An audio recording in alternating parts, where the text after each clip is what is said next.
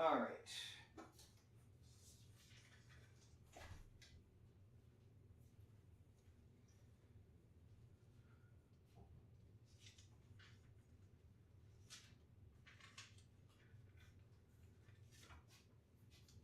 So, we are on chapter 30 today.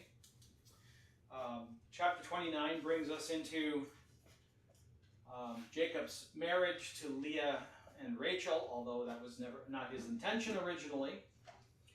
But he was not, of course, he was a righteous man. He was not going to make an adulteress out of Leah.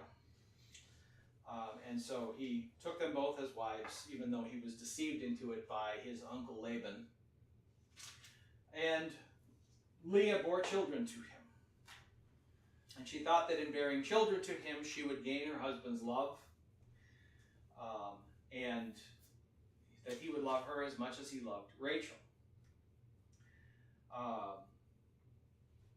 So the other thing that we noted was the reaction of Leah to the three sons that she bore, which were Reuben, Simeon, and the four sons, Levi, and then Judah. And again, she had four sons. Those were her four children. That the first three times for Reuben, Simeon, and Levi, she says, now my husband will love me. Now my husband will be attached to me. But finally, when she bears Leah, or Judah, she simply says, this time I will just simply praise the Lord. And called his name Judah, which we noted means praise, similar to the word for praise. When they made names, they would take words and then they would turn them into names so that the form of the word changed to follow the way that they would understand or call things by names. But one I pointed out last time is she will simply praise the Lord. The Lord has granted her Judah. The Lord has granted her praise. And it's significant that it is specifically through Judah that Christ would be born. And so you can also look at the name of Judah and Leah's praise as praise for the salvation of our God. So then we get to chapter 30, and we turn to Rachel. When Rachel saw that she bore Jacob no children, she envied her sister. She said to Jacob, give me children, or I shall die. As if this was something that Jacob had control over. He's not God. Jacob's anger was kindled against Rachel, and he said, am I in the place of God, who has withheld from you the fruit of the womb? And so the scripture makes plain that it is the Lord who opens and closes the womb. It is the Lord who grants life. And all children, therefore, are to be counted as a blessing of the Lord and not a curse. We also see that universally in the ancient world, the having of children was seen as a blessing. It was not seen as a curse. It is, when I say the ancient world, I mean ancient Israel. The people of the Lord always considered children a blessing. It is not then of God's people, but of the pagan peoples that they would do such terrible things as sacrifice their children to their gods. And thus, in our modern day, we see how even in the church, children are no longer viewed as a blessing. Why? There was once upon a time, and not that long ago, century ago, the Christian church was unanimously agreed that birth control even was a sin. To explicitly prevent the conception of a child, particularly in a marriage, was sinful. because it is God who opens and closes the womb. These things are in his hands and not in the hands of man. And children are a blessing. And the change did not come within the church. It came from outside the church, where the religion of the world imposed itself upon the Christian faith, and thus brought with it this idea that we get to decide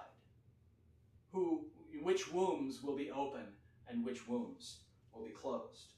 You can also see it in the way that we treat children in marriage, the way that even in the church children are treated in marriage. Don't you think that you should wait? Isn't it too early to get married? Don't you think you should wait to have children and be responsible? Lots of excuses. How are you going to provide for yourselves if you have children? Or even worse, isn't it a sin to populate the earth when there's so many people? These are pagan ideas and concepts carried into the church. They are not the faith that we have been taught. Okay. Rachel demanded children of Jacob, but Jacob could not give them to her without God's will. So then she said, "Here is my servant Bilhah. Go into her so that she may give birth on my behalf, that I may have children through her." And so up to this point in time, Bilhah was her maidservant. Now Rachel says, take her as your concubine. Because remember, in that day and age, concubines were also wives. They were not full wives, I guess, in a sense. They were counted as the wife of the man, but not with the same privileges and rights as his wife proper, whether there's one or more of those. And so, in the case of the concubine, they were, I don't know if it was always the case, but usually it was the case, they were joined to a particular woman, so that the children of the concubine would be counted as the children of that woman. Now, of course, we saw what happened in the case of Ishmael and Hagar, and Sarah, that even though the child should have been counted as hers by Sarah's reasoning, it, of course, was not her son. It was not her child.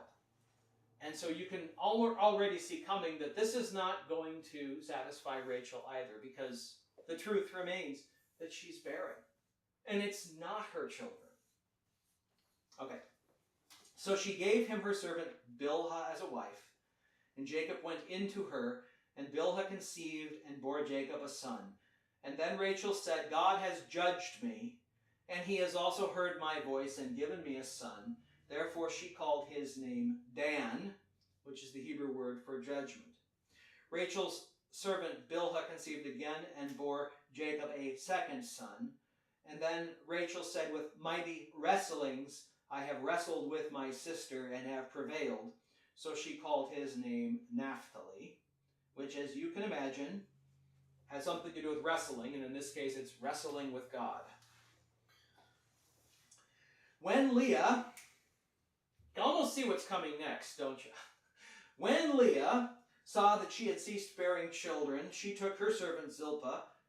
So you have the rivalry, clear rivalry between these two.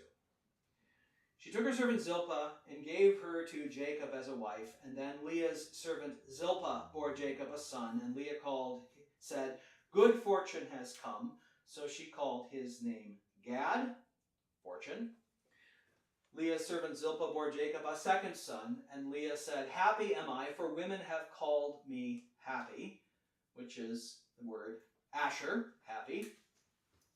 And in the days of wheat harvest, Reuben went and found mandrakes in the field and brought them to his mother Leah.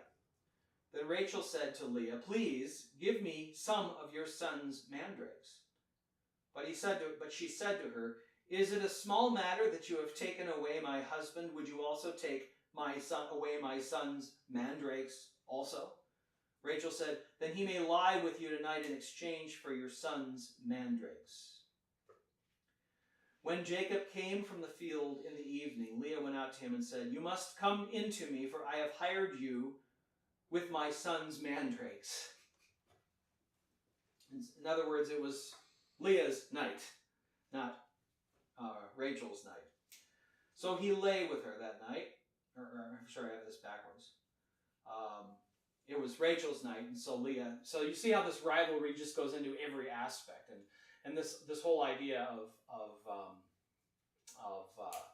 well, you can have some of my son's man. I don't know exactly what a mandrake is. It's a vegetable of some kind. If you can have some of the mandrakes my son found is only if you let me have Jacob for this evening when it's not my night normally. I'm pretty sure mandrake it's a root of some kind. Like a drug. No, I don't. Not necessarily. Not necessarily, but it's a lot of things that you have to understand too. That some of these roots that eaten in raw form might have been, but not the way that they would prepare them for eating. Okay, but again, I'm not exactly sure. So he lay with her that night, and Jacob listened to Leah, and she conceived and bore Jacob a fifth son. Leah said, God has given me my wages because I gave my servant to my husband. So she called his name Issachar, for wages or hire. All right, and Leah conceived again. So 6 sons total. And she bore Jacob a sixth son. Then Leah said, God has endowed me with a good endowment. Now my husband will honor me because I have borne him 6 sons, not to mention the ones through Zilpah. So she named his son, she called his name Zebulun, the word for honor, that God has honored her. And then afterwards she bore a daughter and called her name Dinah. So she ceased bearing children for some time, but then God opened her womb again. And so now she had 6 sons and 1 daughter. Then God remembered Rachel, and God listened to her and opened her womb. She conceived and bore a son and said, God has taken away my reproach. And she called his name Joseph, saying, may the Lord add to me another son. In other words, so the name of Joseph, may he add. May he add to me yet one more. As soon as Rachel had borne Joseph, Jacob said to Laban, send me away that I may go to my home and my country. Give me my wives and my children for whom I have served you, that I may go. For you know the service that I have given to you. So this is much longer than that 7 years. You can tell by the number of children that were born. And so he's been here with Laban probably over 20 years now. But Laban said to him, if I have found any favor in your sight, I have learned by divination that the Lord has blessed me because of you. Or that he's become rich because of Jacob. And so we see that as Jacob is prospering, Laban is becoming prosperous along with Jacob because they're part of the same household. Name your wages and I will give it. Jacob said to him, you know yourself how I have served you and how your livestock has fared with me. You had little before I came, and it has increased abundantly, and the Lord has blessed you wherever I turned. But now, when shall I provide for my own household also? In other words, Jacob served Laban those years. And all of the cattle that increased, the sheep and other animals, they were still Laban's. They weren't Jacob's. And so because of Jacob, Laban was very prosperous. So Laban said, what shall I give you? Jacob said, you shall not give me anything. If you will do this for me, I will again pasture your flock and keep it. I will take care of your flocks for longer yet. Let me pass through all your flocks today, removing from it every speckled and spotted sheep and every black lamb. They valued the white wool. White wool could be dyed. Black and speckled wool is problematic. And so the sheep were good for some things, for meat perhaps, but not for wool or at least not for a high grade of wool that could be sold and traded. And so it was, anything that comes from those sheep would be marked, and it would be undesirable. You can kind of see where this is where the lamb without spot or blemish comes from, where what was sacrificed to God according to the covenant with Moses was to be an unspotted lamb, because the spotting has a connotation now of imperfect, which then by extension means can be shown. You can see how it could mean sinful, right? In type, as an allegory. And then Christ also is the spotless Lamb of God, who is sinless. All right. But Jacob said, I'll take the spotted, the black, even. The black wool. And that's going to be my wages. So my honesty will answer for me later when you come to look into my wages with you. Every one that is not speckled and spotted among the goats and the lambs, and black among the lambs, if found with me, shall be counted stolen. He says, yeah, you'll know really very easily whether I've tried to take any of your sheep, so this will make it really clear. I'll only have the spotted ones, and so you'll know I'm not cheating. But Laban said, good, let it be as you've said. But that day Laban removed the male goats that were striped and spotted, and all the female goats that were speckled and spotted, every one that had white on it, and every lamb that was black, and he put them in the charge of his sons. So in other words, he took away all the breeding stock that had the genes to be spotted and black, so that nothing was going to be born further that was spotted.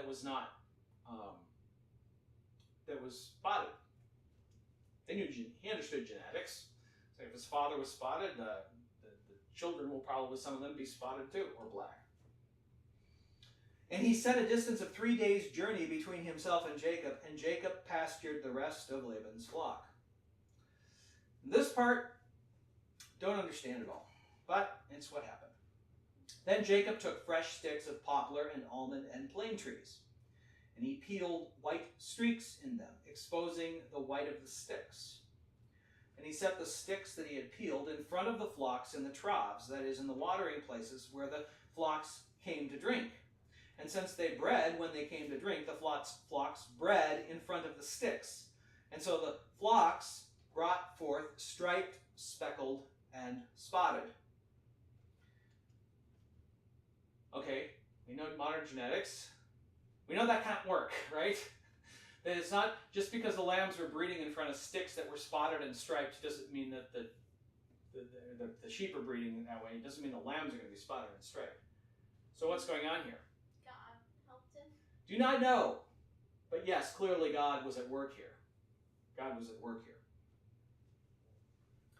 It could also be that these sticks would not be good for the sheep. I doubt that. This is clearly, an association is clearly made between the pattern on the sticks and the pattern of the lambs that were born. But God brought it forth regardless. Perhaps it could be a couple things, actually. It could be that this is just, they had this is based on their limited understanding of how character traits were passed on. We've had lots of strange understandings in our day.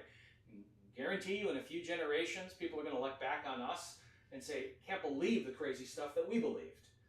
Weren't they stupid? No. Could also be that God told Jacob to do this.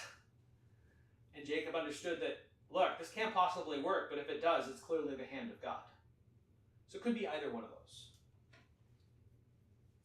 And Jacob separated the lambs and set the faces of the flocks toward the striped and all the black in the flock of Laban.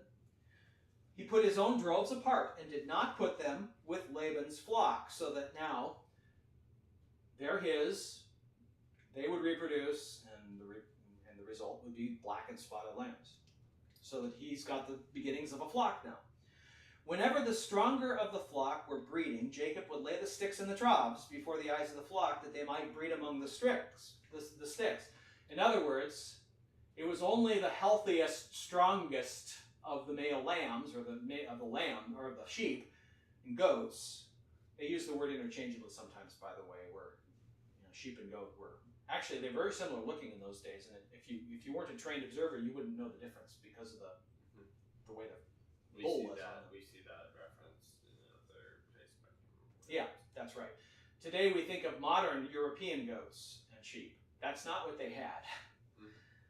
All right. So anyway, now genetics is working here along with God's work, and strong, healthy sheep bear strong, healthy lambs that happen to now be spotted or black, which means that his flock is going to be healthier now.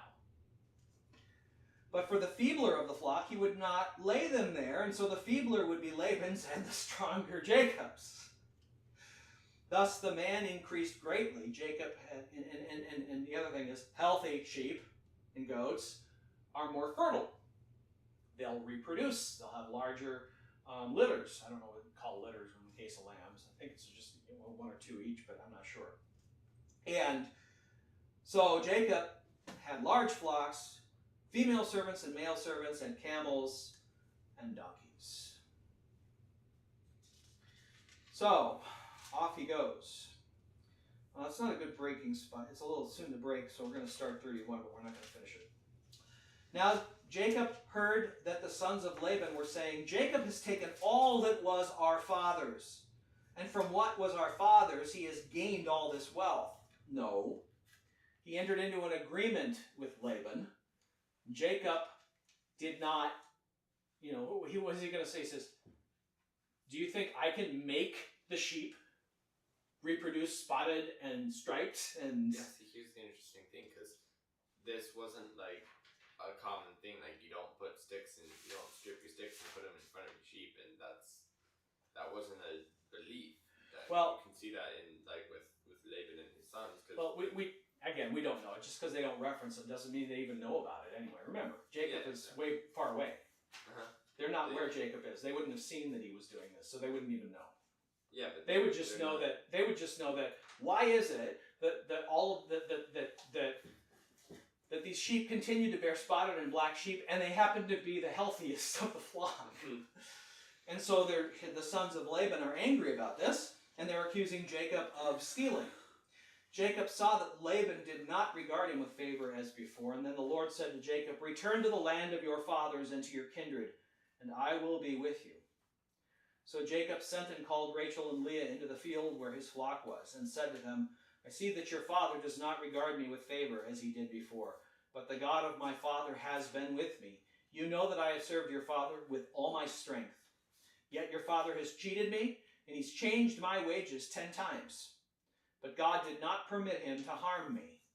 If he said, the spotted shall be your wages, then all the flock bore spotted. And if he said, the striped shall be your wages, then all the flock bore striped. Thus God has taken away the livestock of your father and given them to me. And so whatever the sticks was going on with the sticks, Jacob saw it as the direct hand of God at work. All right. And in many ways, if you think about it, having the sticks there proves that God's hand was at work, so that there could be absolutely no doubt in Jacob's mind that this is God's hand. In the breeding season of the flock, I lifted up my eyes and saw in a dream that the goats that mated with the flock were striped, spotted, and mottled. And then the angel of the Lord said to me in the dream, Jacob. And I said, here I am. And he said, lift up your eyes and see. All the goats that mate with your flock are striped, spotted, and mottled, for I have seen all that Laban is doing to you. I am the God of Bethel, where you anointed a pillar and made a vow to me, referring to the place where he saw the staircase to heaven. Now arise, go out from the land, and return to the land of your kindred. Then Rachel and Leah answered and said to him, is there any portion of inheritance left to us in our father's house? Are we not regarded by him as foreigners? For he has sold us, and he has indeed devoured our money. All the wealth that God has taken away from our fathers belongs to us and to our children. Now then, whatever God has said to you, do. All right. confused actually by this statement. Is there any portion of inheritance left to us in our father's? Oh, I see. Yeah. So in other words, there's nothing left for us in our father's house. Yeah. You know, in we're yours, and in making these agreements with you that have increased you mightily, he's practically sold us, and he doesn't look to us for anything anymore. God has taken away what from our father. What God took away from our father now belongs to us and to our children. We have prospered. Now, do what God says to do. So Jacob arose, and he set his sons and his wives on camels, and he drove away all his livestock, all his property that he had gained, the livestock in his possession that he had acquired in Padan Aram, to go to the land of Canaan, to return to his father Isaac. And remember, again, there's days' journey between them. So Laban doesn't know any of this is happening. They didn't have cell phones or GPS. And Jacob tricked Laban, wait a second. Oops, sorry. So Jacob rose and set his sons on his wife's camels. He drove all away his livestock. Okay. Laban had gone to shear his sheep. And Rachel stole her father's household gods. Yes, there still was, even though they knew the Lord, they still had some lesser forms of idolatry in their mix. You can think of, I think these are more like household charms, you know. See, here's the interesting thing here I noticed is God said, I am the God of Bethel, which is that directing towards the fact that they still believe that gods were regionalized? In a sense, yes. However, you need to see though that God, you know, the principalities and powers of the fallen angels and so forth were regionalized. We see that in scriptures in many places. Israel is significant because God said, I am not one of you. I am the creator of all. Everything is mine. And yet, I am specifically taking this land as mine for my people. Yeah. So yes. So these household gods may have been other gods in that region that they may have worshipped for their... I don't think so. The fact that they're household gods means something else. And I think there's some information we're missing here as to exactly what these things were. Whether they were things involved in folk superstitions and magic, we don't know. Something like that. Even in the midst of Christianity, these folk traditions and superstitions persist into modern times in many cases. But we're not sure. So we're lacking information to know exactly what they are. But Laban put great value in them, and Rachel had no right to steal them. Jacob tricked Laban the Aramean by not telling him that he intended to flee. He fled with all that he had and arose and crossed the Euphrates and set his face toward the hill country of Gilead. So 3 days later, when it was told Laban on the third day that Jacob had fled, he took his kinsman with him, and he pushed him for 7 days and followed close after him into the hill country of Gilead. So he drove hard so that he could catch up with Jacob, who had a 3-day head start on him. But God came to Laban the Aramean in a dream by night and said to him, be careful not to say anything to Jacob, either good or bad. All right. That's probably a good breaking point. So next time we'll get when Laban catches up.